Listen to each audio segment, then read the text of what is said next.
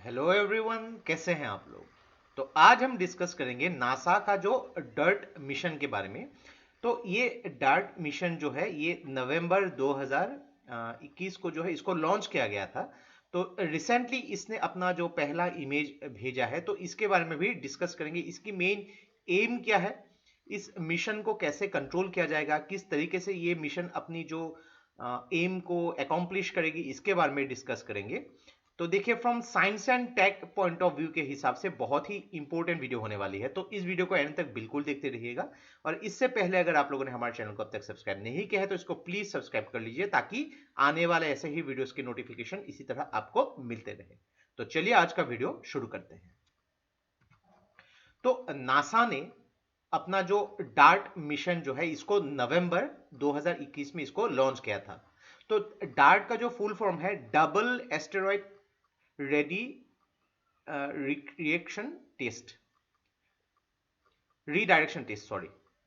तो ये dart spacecraft जो है इसको लॉन्च किया गया था स्पेस एक्स के जो फैल्कन 9 रॉकेट के द्वारा। तो जस्ट 2 हफ्ते बाद इसको जब लॉन्च कर दिया गया, इसने अपना जो आई यानी कि अपना कैमरा जो है इसके थ्रू अपना जो पहला इमेज जो है स्पेस से भेजा है। तो one of the major operational milestone कहा जा सकता है डार्ट टीम की तरफ से। तो ये डार्ट जो है जिस एस्टेरॉइड के लिए यहाँ पे इसको भेजा गया है, यहां तक पहुंच जाएगी, एक अनुमान है कि 26 सितंबर 2022 तक यहां पे पहुंच जाएगी।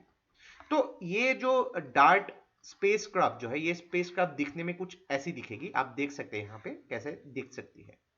तो इसकी एम के बारे में समझ लेते हैं कि इसको भेजा क्यों गया है। तो बिकॉज हम लोग जानते हैं कि एस्टेरॉयड जो एक एस्टेरॉयड बेल्ट है, वहां पे जो एस्टेरॉयड्स लगातार आती रहती है।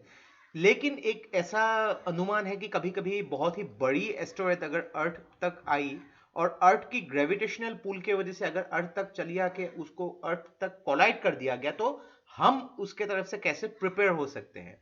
तो ये जो मिशन कुछ ऐसा ही है। तो यहाँ पे एक न्यू टेक्नोलॉजी के थ्रू ये देखा जा सकता है कि भविष्य में अर्थ की तरफ कोई एस्टेरॉयड अगर आ गया तो उसकी तरफ से कैसे प्रिपरेशन करनी होगी।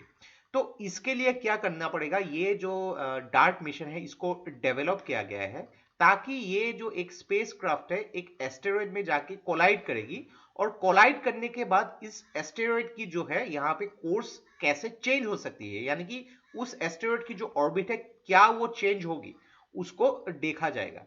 तो यहाँ पे उसी प्लानिंग से जो है डार्ट मिशन को तैयार किया गया है।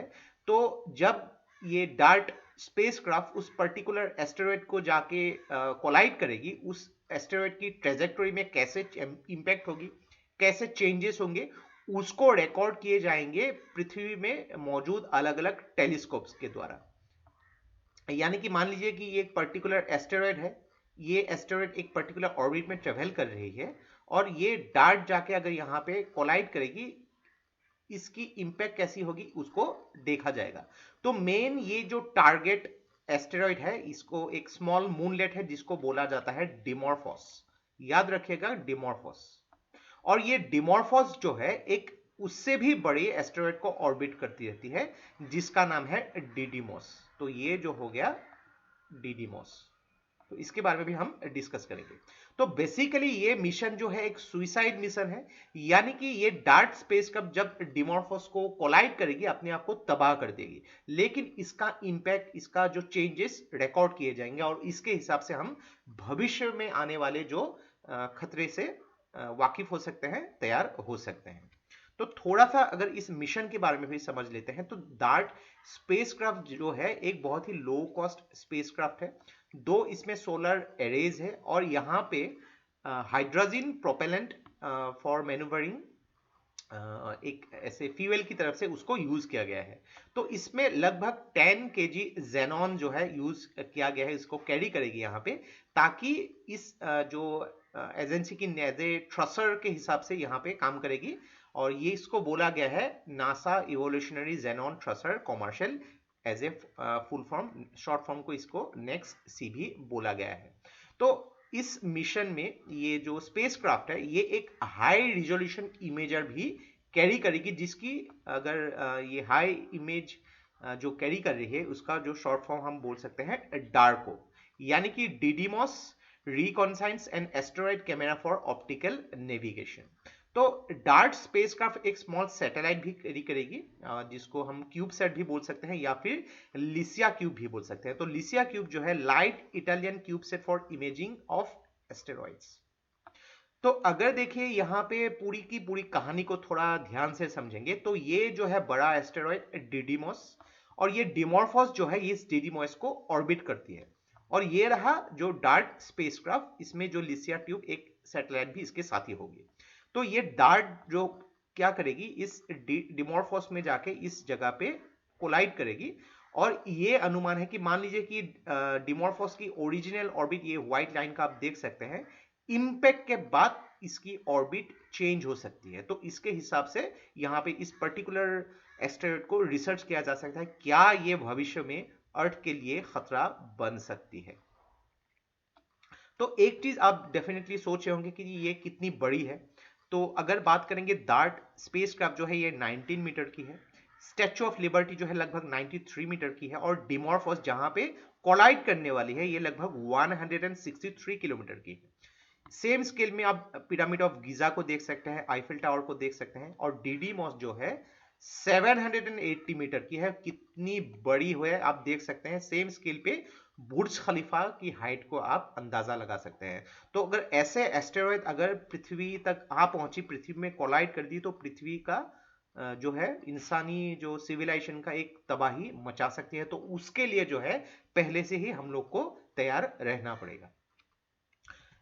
तो मेनली यहाँ पे डिमॉर्फोस जो है इसको क्यों चूज किया गया है एज ए टारगेट, यानी कि डिमॉर्फोस में जाके डार्ट कोलाइड करेगी। तो डिमॉर्फोस जैसे कि हम लोग जानते हैं ये डिडीमॉस को ऑर्बिट करती है। तो डिडीमॉस जो है एक परफेक्ट सिस्टम है, बिकॉज ये एक इलिप्टिकल ऑर्बिट में ट्रेवल करती है, और डिमॉर्फोस जो है रेगुलरली डिडीमॉस को ऑर्बिट कर रही है। तो यहाँ पे जब कोलिजन होगी यहाँ पे, तो मेनली यहाँ पे मेन एस्ट्रॉइड के ऊपर कैसे इफेक्ट हो सकती है, जो लाइट है कैसे चेंजेस हो सकती है, उसको भी देखा जा सकता है। और अर्थ में मौजूद जितने भी अलग अलग टेलीस्कोप है उसमें अलग अलग जो वेरिएशंस जो है ब्राइटनेस रिलेटेड उसको भी ट्रैक किया जाएगा, और उसको भी डिटेक्ट करके टेस्ट किया जा सकता है।